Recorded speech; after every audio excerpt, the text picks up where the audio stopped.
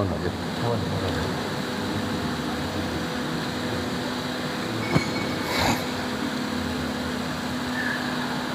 Assalamualaikum warahmatullahi wabarakatuh. Bismillahirrahmanirrahim. Ila hadratin Nabi Mustafa Muhammadin sallallahu alaihi wasallam.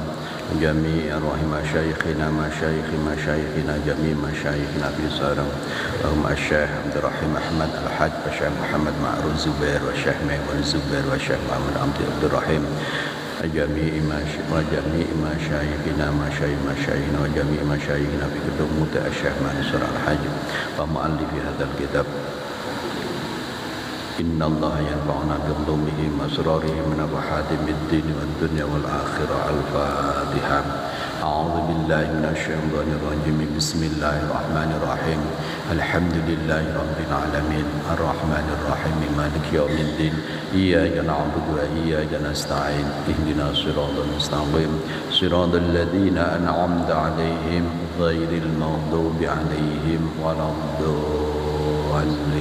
Amin. Para bapak dan para ibu yang kami hormati, alhamdulillah pagi ini kita bisa melanjutkan kajian kita terkait dengan kesunahan sebelum melakukan sholat atau kesunahan masuk dalam sholat. Bismillahirrahmanirrahim. Qala al-muallifu rahimahullah wa nafa'ana bihi wa bi'ulumihi fid dharain amin.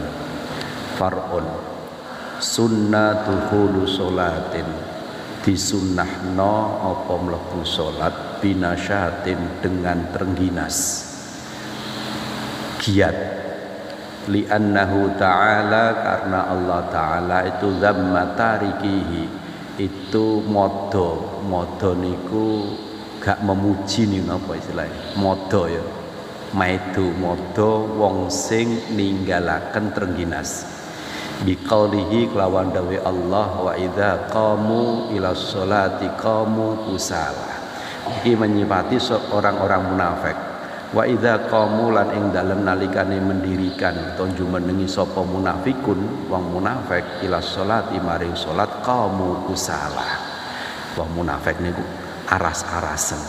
Wal kasalu utawi artine kasal aras-arasen al futuru iku kendu lambat wadawani lan ngende-ngende. Kita disunahkan kalau mau sholat itu kegancangan, terengginas.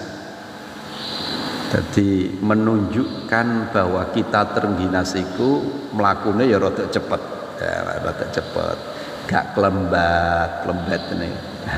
Itu menunjukkan karena tadi li'annahu ta'ala Allah itu tidak menyukai orang yang atau modo niku memaido wong sing ninggalaken terengginas.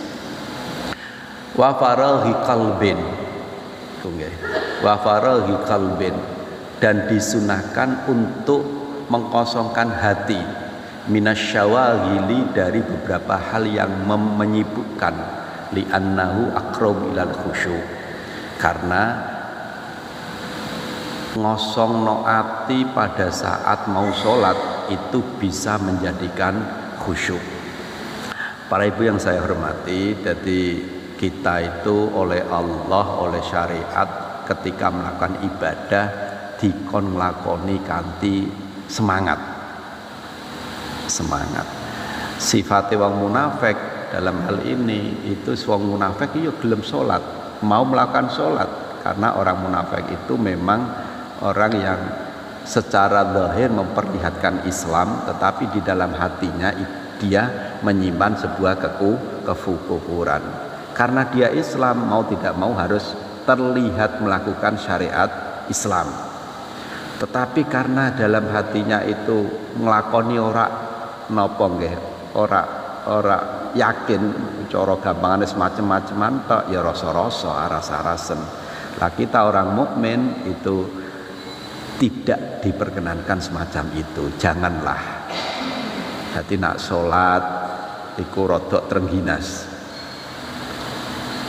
Yang kedua, kalau mau sholat itu upayakan lepaskan hal-hal yang nopo menjadikan kesibukan atau sing dadekno kita tidak khusyuk. Perkara apapun sehingga itu bisa menjadikan atau mendekatkan kita kepada kekhusyuan.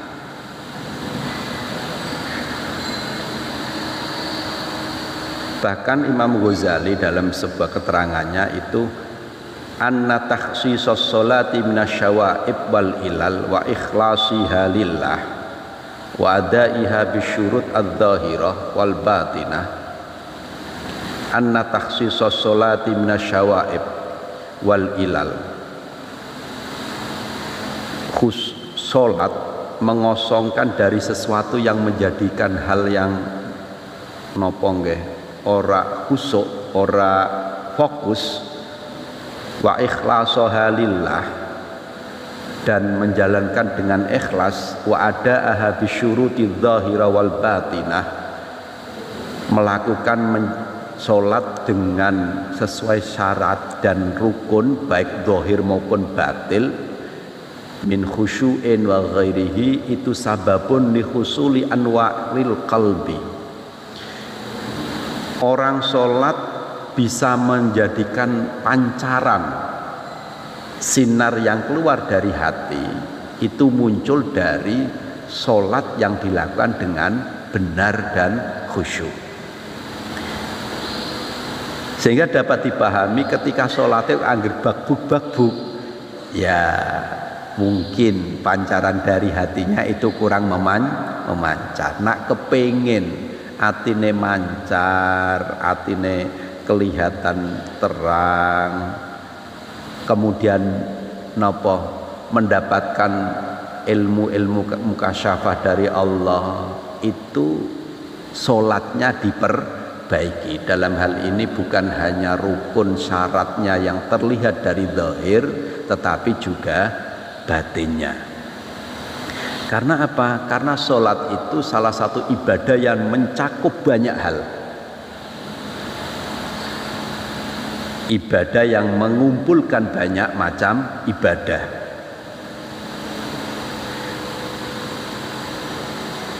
Di antaranya apa? Di antaranya adalah ada sujud, ada ruko, ada berdiri, ada membaca Al-Quran, ada baca tahmid alhamdulillah, ada tasbih, ada tahlil, ada banyak hal di sana.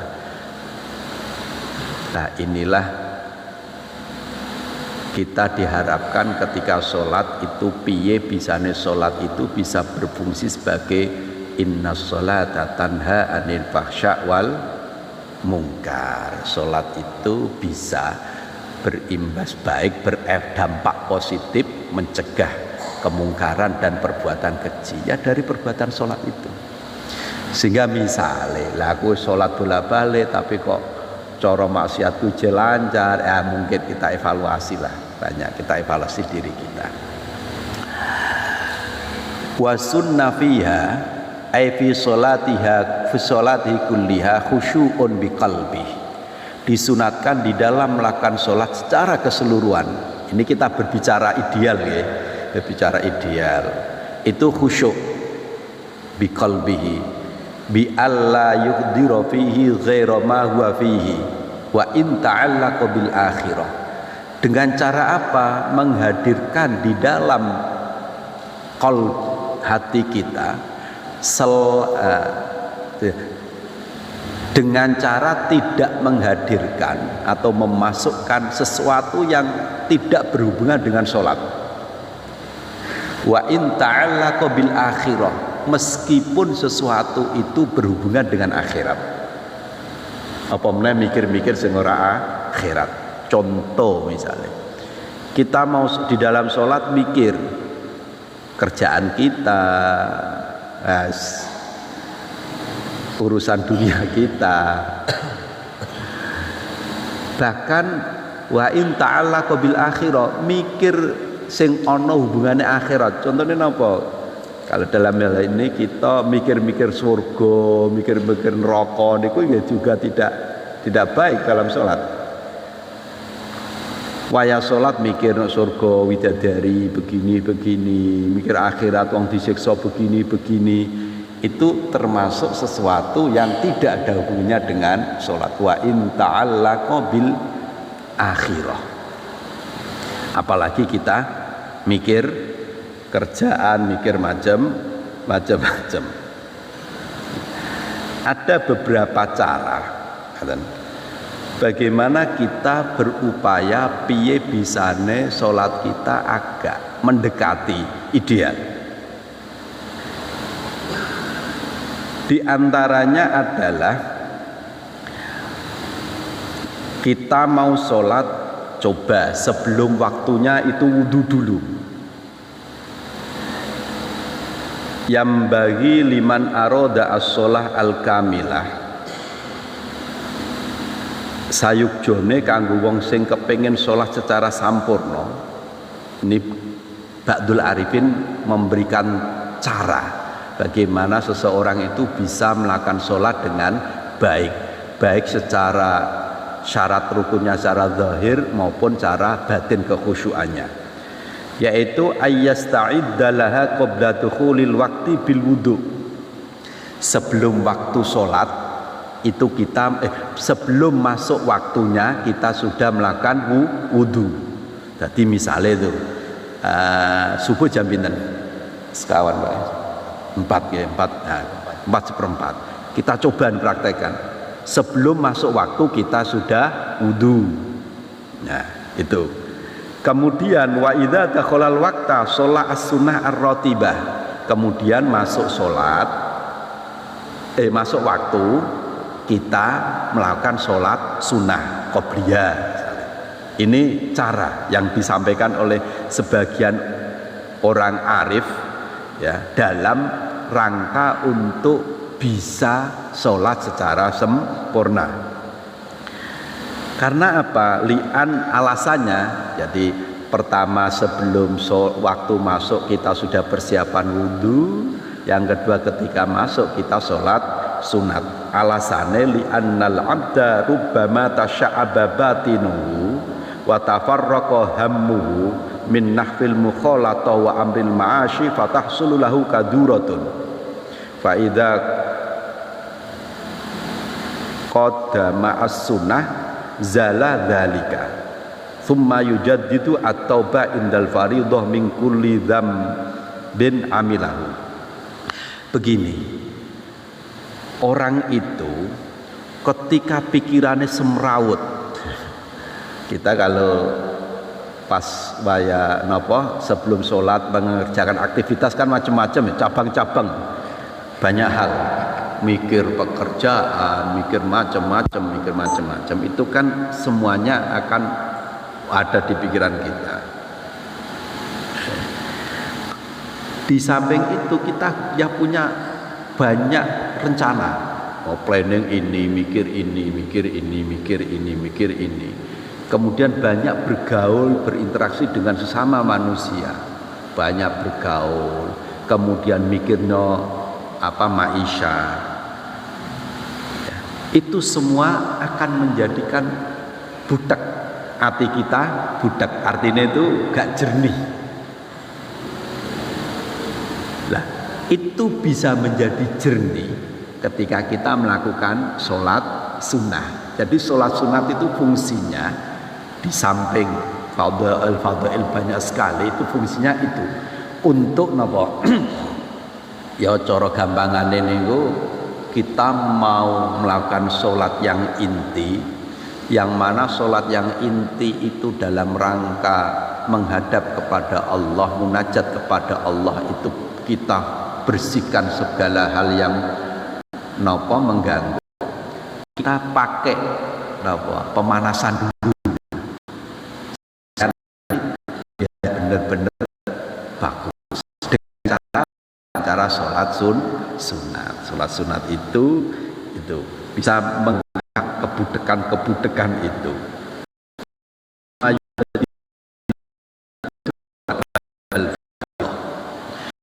ketika kita sholat fardhu itu bisa menjadikan kita merontok atau hilang.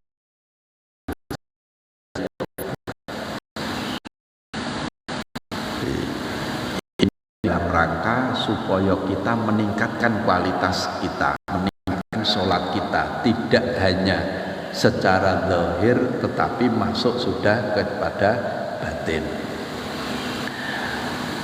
Yang kedua, wa sunna fiha khusyu'un bi qalbihi wa bi jawarihi, dan dengan anggota badan. Tadi kan urusan hati, jangan sampai, tapi yo angel. Ini kan kita berbicara ideal ya. Salat khusyuk niku ya angel lah, tapi ya kita ini teori ini supaya kita latih.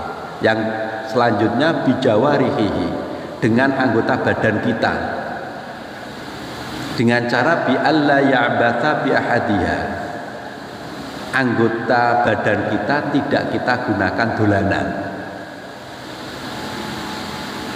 Wa dzalika litana illahi fi ta'ala fi kitabil aziz ala fa'ilihi bi qawlihi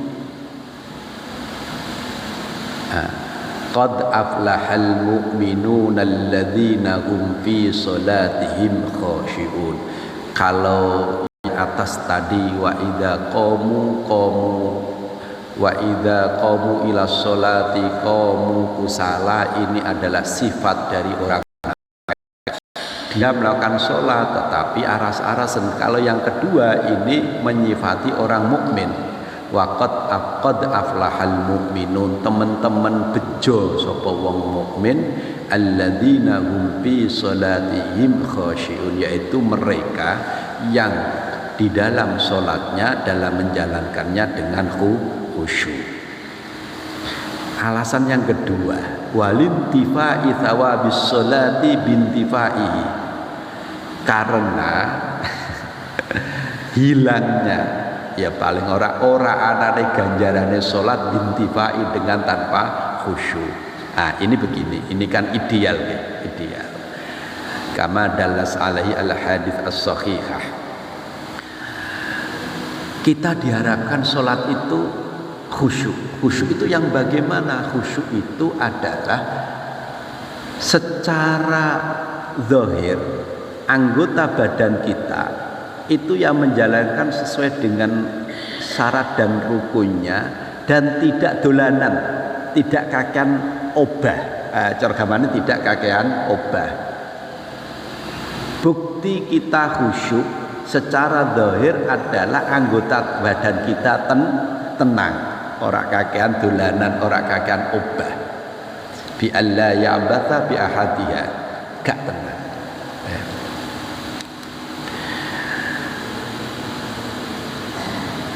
Lah Pak, misalnya ketika kita sholat dadak di salah satu badan kita ada gatel misalnya,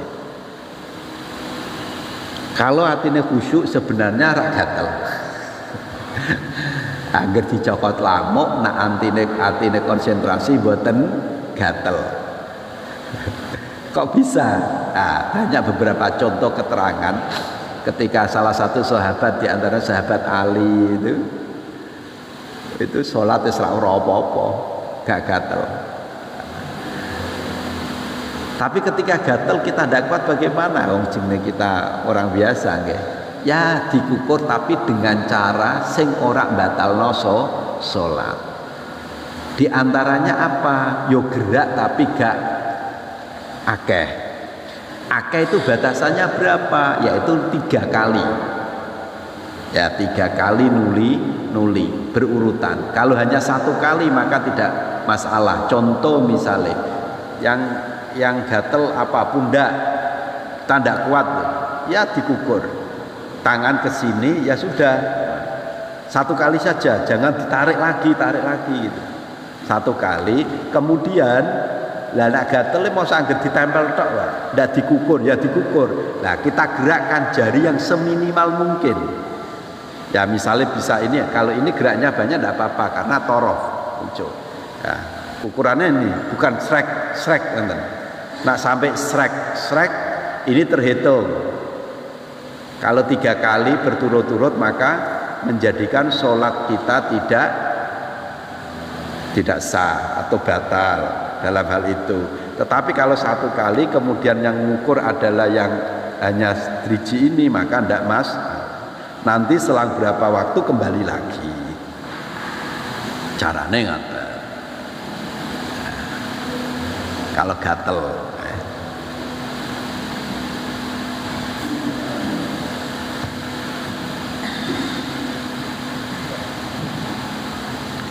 Jadi di antara dohirnya ketok niku napa?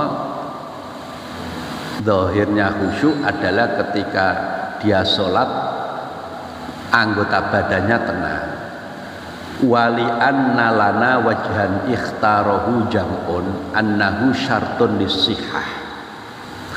Nah, kenapa kok ada bahasa karena kalau tidak khusyuk ganjarannya bisa hilang? Karena ada kaul atau ada pendapat yang memilih, yang mengatakan bahwa sahnya sholat atau syarat sahnya sholat itu khusyuk. Nah, kalau kita pakai ikut pendapat itu berat ya, berat atau ganjaran plus. Tetapi ini menjadikan motivasi kita. Ada salah satu pendapat yang mengatakan bahwa khusyuk itu menjadi syarat sahnya sholat. Terus wa mimma yahsulul khusyuk, salah satu cara atau satu hal yang bisa menjadikan khusyuk, menghasilkan khusyuk adalah istighdaruhu annahu baina yaday malikil muluk, malikil muluk. Menghadirkan hati kita, ini berarti main perasaan, bahwa kita seolah-olah itu berada di hadapan rajanya raja. Kita menghadap seorang raja. Contoh kemawon ketika kita menghadap atasan kita, arep dolanan HP niku rak mentol rawani. Kita kukur-kukur hawane rada dimpet. Oke. Apalagi ini di hadapan Allah. Yang mana Allah itu ya'lamu sirra wa akhfa, mengetahui apa yang ada di dalam hati kita, rahasia-rahasia kita yang kita sembunyikan. Allah perso. Yunajihi, yang mana kita itu baru berbisik munajat, berkomunikasi kepada Allah. Wa annaka rubama tajalla alaihi bil qahri li adamil qiyami bi huquq haqqi rububiyyati farad alaihi salatah. Ya, satu kemungkinan saja Allah menampakkan sifat qahrnya. Qahrnya itu cara gampangane napa nggih? Nak awakmu ora pas ya ora tak tampa. Napas ngono piye? Sama tuh orang tua kita nggih. Kita gak ada orang tua niku kan terkadang sing metu sifat sayange. Ketika metu sifat sayange itu elek-elek sithik, rak gena-gena sithik, dablek-dablek sithik tetap dinilai baik.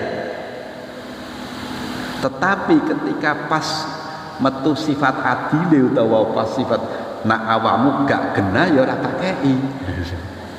Kan orang tua ada ngoten nggih, kadang satu ketika ya anak wis pokoke sifat sayange tok sing metu, akhirnya kurang-kurang ya diparingi, disayang. Tapi nak ketika sifat adile, sifat yang lain itu nak ora maksimal gak dikei. Begitu juga Allah. Kita sholat di hadapan Allah, ya nak kita tidak pas, rukun syaratnya gak gena, atine lagi melayang-melayang, nak pas nuju sifat qahrnya Allah yang muncul, maka bisa jadi sholat kita tidak diterima. Tetapi juga satu sisi gini, Allah maha baik. Ya sebetulnya gelem sholat lah itu baru kita ini kan dalam taraf ketika kita sudah sholatnya sudah kekeh, wis ora diobra-obra, ora menjadi abot, maka kita tingkatkan.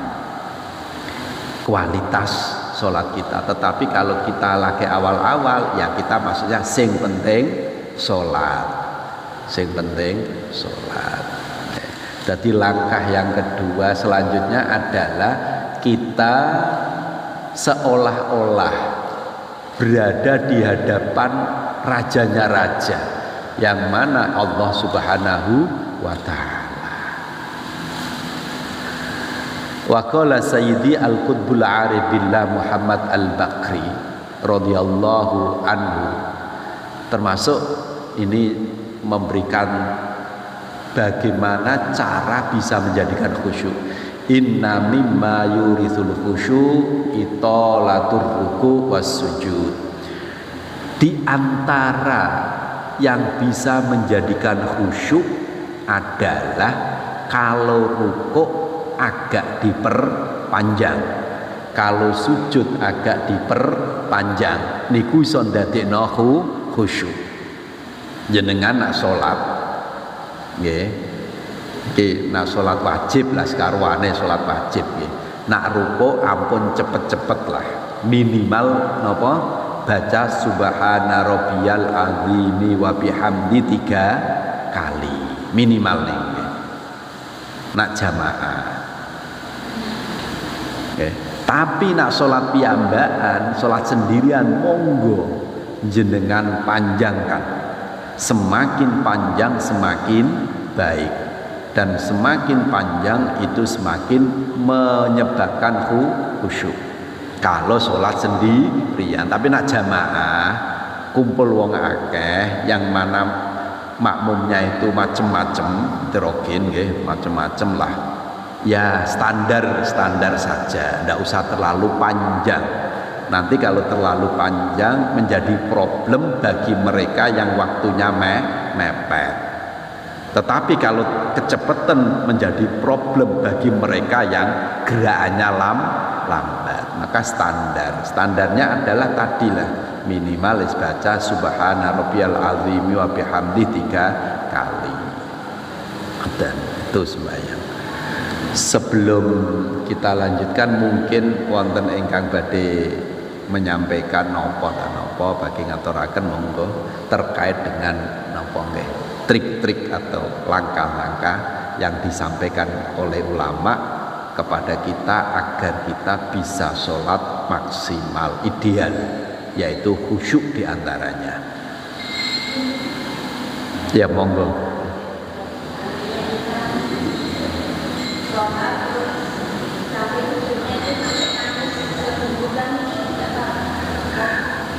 Sampai khusyuk, sampai sholat nangis cegugukan. Yang penting orang cegugukan banter-banter nggih. Angger ceguh. Yang kalau tidak bisa ditahan, tidak bisa ditahan, itu namanya kan darurat, tidak apa-apa. Kalau tidak bisa ditahan, jeguguke nggih. Jeguguke. Kalau tidak bisa ditahan, tidak apa-apa.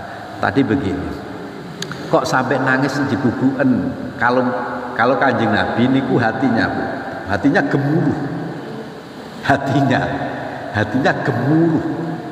Lah kalau awake dhewe mungkin ra iso nahan ya, kalau tidak bisa tertahan ya kan.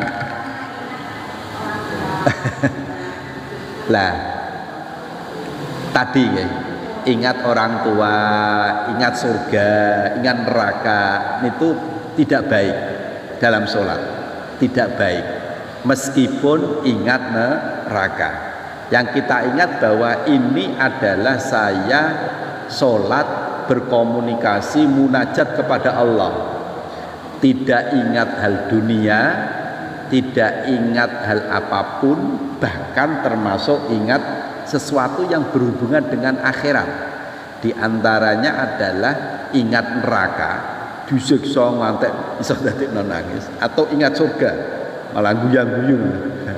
Itu tidak baik.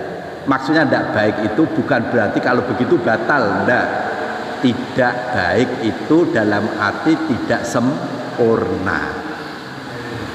Nah dibanding apik ndi eling akhirat kali eling sesuatu yang berhubungan dengan akhirat, kalau eling dengan dunia, ya tentunya kita bisa menjawab dengan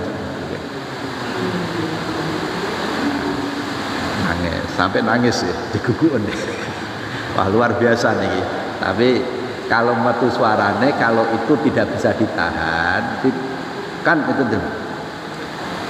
sholat bisa dikatakan batal, mengeluarkan suara itu kan amidan aliman, jarak dan tidak terpaksa. Kalau terpaksa ya apa boleh buat, apa-apa kan. Terpaksa ditahan ra iso. Monggo yang lain mungkin.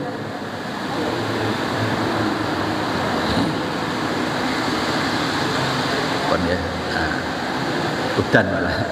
Nggih, wow nggih. Satu diantaranya kita berusaha di dalam hati bahwa kita itu berada di hadapan Allah, munajat, berkomunikasi dengan Allah, maka tidak layaklah, orang pantes nak nopo kita itu berayang-berayang. Yang kedua, bawahnya sekalian apa atasnya bawahnya sekalian atau Arabnya Arab kan. Yang kedua, watadabburu kiro yang selanjutnya bukan yang kedua nggih. Yang kedua tadi kan itolatul rukuk wal khusyuk. Kalau rukuk sama sama sujud agak panjang. Yang selanjutnya watadabburu qiraatin ta'ammulu ma'aniha. Nah, ini lagi-lagi supaya bisa memfokuskan kita sholat itu berupaya angen-angen artinya yang kita baca, angen-angen artinya yang kita baca. Lah Pak kudu ngerti artinya, ya bukan sih detail ngerti artinya lah, secara garis besar bahwa kita itu baca Quran. Quran itu kalamullah. Ayat yang kita baca itu seputar ini misalnya alhamdulillahirabbil alamin. Ini ya pokoknya ini ayat muji karo Gusti Allah. Misalnya kita baca subhana rabbiyal a'la wa bihamdi, ini baca tasbih kepada Allah.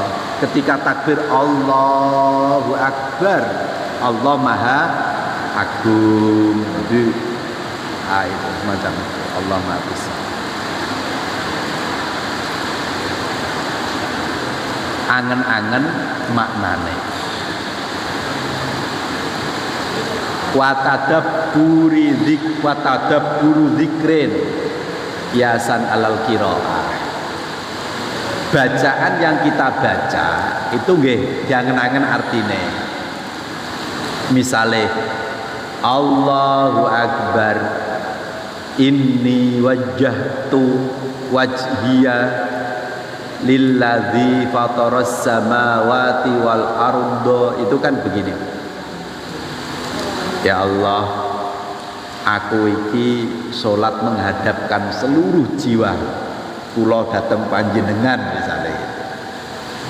Terus inna sholati wa nusuki wa mahyaya wa mamati lillahi rabbil alamin.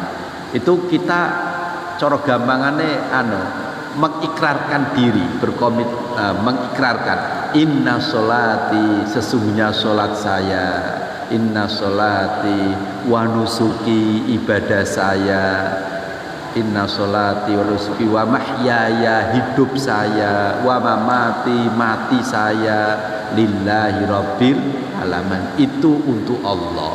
Ya sedikit-sedikit itu kita latih sehingga niki mengurangi blayang-blayange ati. Nak mboten-mboten niku sakti blayang-blayang. Lah Pak angel kabeh, sing penting salat ya sudah, tetapi kita berlatih niku nggih.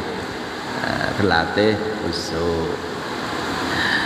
Disunahkan lagi idamatu nadhorin mahalla sujudi. Ketika kita sholat itu upayakan selama kita sholat pandangan kita di tempat sujud. Ini juga dapat menjadikan salah satu yang mendekatkan khusyuk. Ya, kita logikakan saja. Pandangan kita ketika banyak pandangan yang kita pandang, itu akan berdampak kita belayang dibanding dengan ketika kita hanya mandang tempat sujud. Itu lebih fokus. Itu carane. Pak kula niku salat wis madhep sujud bahkan wis merem tapi hati jembelayang wae. Enggak apa-apa, pokoknya kita latih itu. Yang penting secara zahir, secara fisik kita upayakan, perkara hati kita latih sedikit demi sedikit. Jadi melek, salat niku melek. Sing apik salat niku napa melek. Wa in kana indal Ka'bah au fi dzulumah au fi sholatil janazah. Idamatu nadzorin mahala sujudi. Ngerti sujudan ngeten.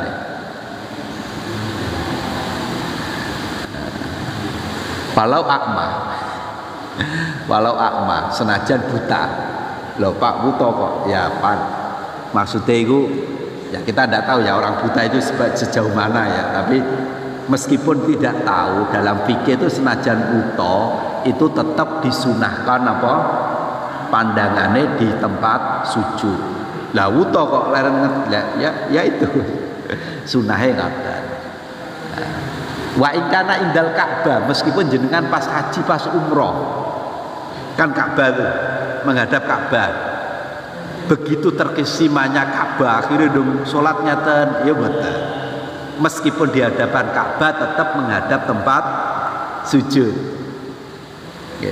Au fi dzulumah, meskipun juga di kegelapan malam peteng dedet lampunya mati ya tetap menghadap tempat sujud, itu disunahkan. Bon ada saya sampun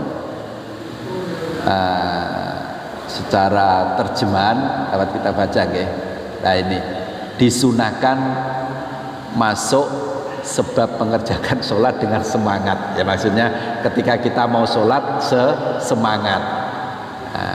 Karena Allah mencela, modon itu mencela terhadap orang yang meninggalkan hal itu. Artinya rasa-rasa nih di dalam firman-Nya, yaitu ketika orang munafik mengerjakan sholat maka mereka mengerjakan dalam kasal dengan bermalas-malasan. Jadi itu tadi terjemahan saking yang saya sampaikan. Intinya ketika kita sholat ya monggo lah kita latih sing terengginas, kita upayakan untuk khusyuk ya, khusyuk dalam segala sholat kita. Dengan cara apa? Dengan cara kita merasa bahwa kita itu hadir di hadapan Allah Subhanahu wa Ta'ala. Langkah yang kedua, dengan cara ketika kita ruku tidak cepet-cepetan, sujud tidak cepet-cepetan. Selanjutnya kita upayakan pandangan kita selalu di tempat sujud pandangannya, kecuali nanti kalau baca asyhadu alla ilaha illallah dipindah di tempat apa, di driji yang kita ucapkan syahadat nih. Angen-angen artinya yang kita baca baik qiraah maupun dzikir. Katen sampun nggih. Ada yang perlu disampaikan lagi monggo. Sampun. Sampun Pak. Apa nunggu dan sekalian. Nah, menawi wonten ingkang tanglet monggo Bu.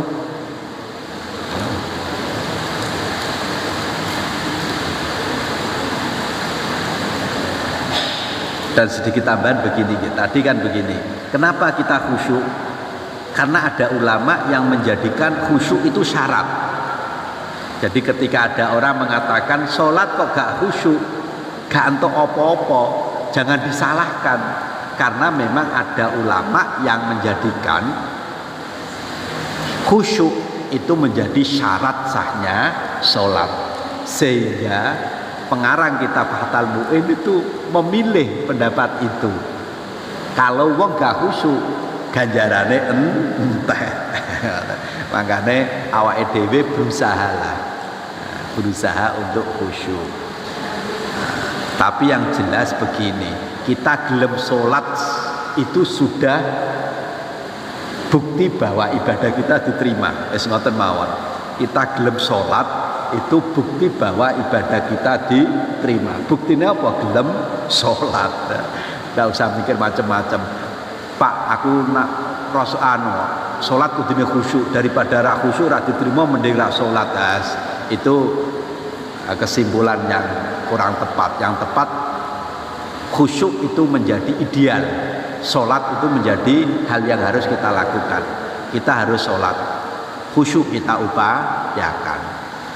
Nak dereng khusyuk tetap kita lakukan sholat meskipun dereng khusyuk. Besok rak khusyuk dewi. Apalagi ada keterangan dalam jamaah itu, di antara satu jamaah kok ono sing salate khusyuk, ya sudah semuanya dianggap baik, khusyuk. Paling enak jamaah. Jamaah karena kita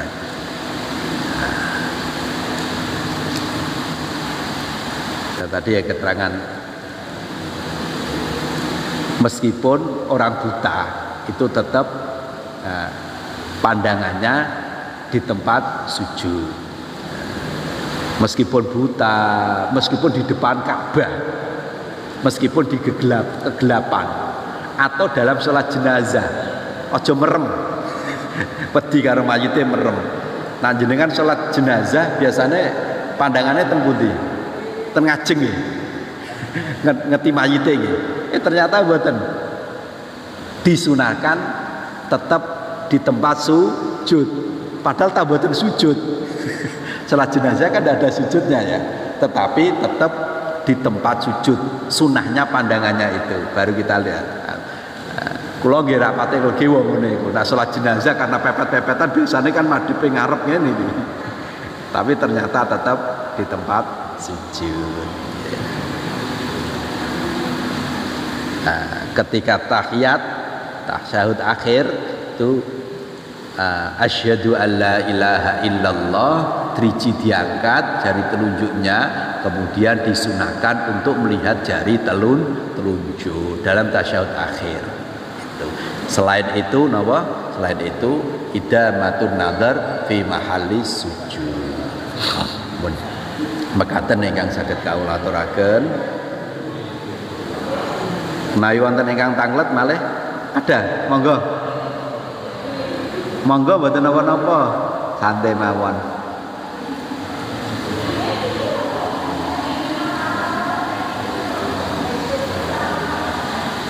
Napa dianu diwakili monggo pripun.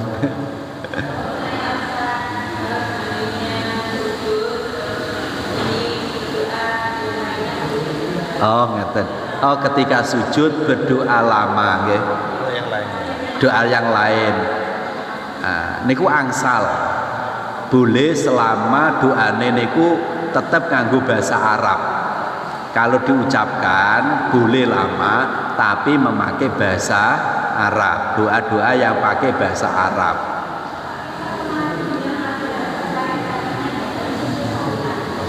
Selain subhanallah rabbil a'la wa bihamdihi. Boleh nggih. Yang saya tahu niku boleh menambahi, boleh. Boleh itu artinya ya boleh selama bahasa Arab. Dan yang terbaik adalah napa bacaan yang masyru'. Yang masyru' itu sudah diajarkan oleh Kanjeng Nabi yang terbaik. Tetapi kalau ditambahi yang mana itu doanya doa pakai bahasa Arab, doanya pakai bahasa Arab ya, doakan komunikasi dengan Allah itu tidak masalah. Nanten nggih doanya subhanallah rabbil a'la atau yang lainnya, tapi artinya nomor diri dalam hati yang bahasa sendiri. Oh nanten. Kalau bacaan ini ngeten perlu dibedakan ngeten, doa ini ku ada yang membaca doa, ada yang berdoa, ngeten nggih. Yang bacaan doa itu bacaan yang mengeluarkan lafal. bersuara. Kalau bersuara itu masih diperbolehkan selama nganggo bahasa Arab selain subhana rabbiyal a'la wa bihamdi. Kemudian hatinya misalnya kepengin dongo macem-macem, selama dalam hati niku nggih boten sampai membatalkan sholat, boten napa-napa, tapi boten sing sae niku tetap memakai bahasa Arab. Yang terbaik adalah lafal yang kita baca itu apa, di dalam hati menerjemahkan maksud yang ada dalam bacaan tersebut. Sing sae ngaten. Misale subhana rabbiyal a'la wa bihamdi ping 3 masih kurang cukup karena saking munajatnya, ditambah doa-doa yang lain. Doa yang lain kepada Allah mestinya pakai bahasa Arab niku mboten masalah. Ten sujud lama mboten napa-napa. Sujud sak jam misalnya, angsal boleh. Tapi sholat piyambakan lho nggih. Ampun jadi imam lah ya. Jadi imam sujud sak jam lho. Makmume nggih esuk bubar kabeh ra gelem jamaah. Sholat piyambakan. Sujud rukuk itu boleh panjang. Tapi kalau iktidal niku tangi sangka rukuk dan niki napa duduk di antara dua sujud niku tidak boleh panjang karena kategori rukun qasir, rukun yang pendek. Rukun pendek itu tidak boleh panjang. Tapi kalau sujud rukuk itu monggo jenengan panjang selama itu sholat sendiri, sholat sunnah misalnya atau sholat wajib.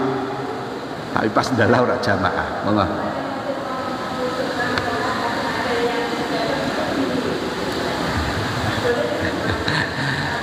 Ya monggo lah, monggo untuk sedekap monggo macam-macam lah bentuknya.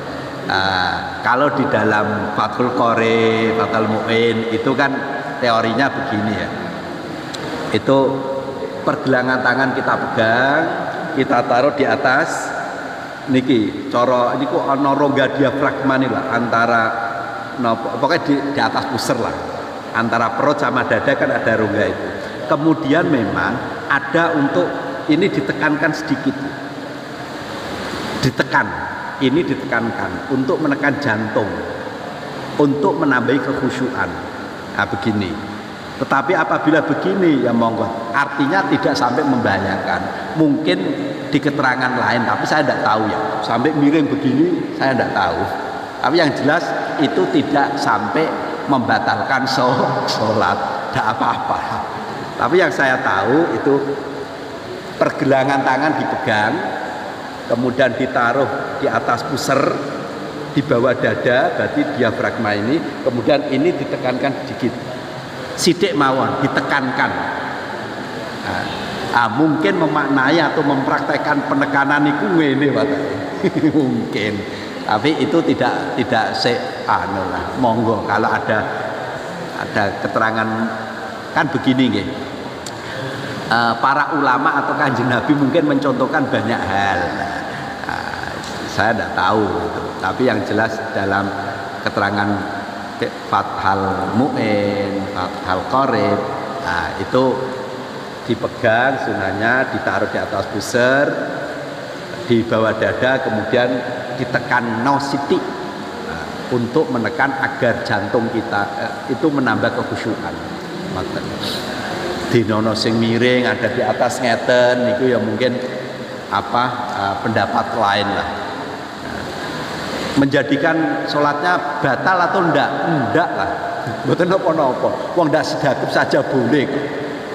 Mboten sedekap niku mboten masalah. Mekaten nggih. Mekaten mugi-mugi wonten manfaatipun, kirang langkung nyuwun pangapunten. Akhirul kalam, assalamualaikum warahmatullahi wabarakatuh. Subhanakallahumma bihamdika asyhadu an la ilaha illa anta astaghfiruka wa atubu ilaik. Jadi tangan di ibadah. Kalau sujud itu banyak doa-doa yang apa namanya, bacaannya harus doa yang sudah ditetapkan, diajarkan. Sementara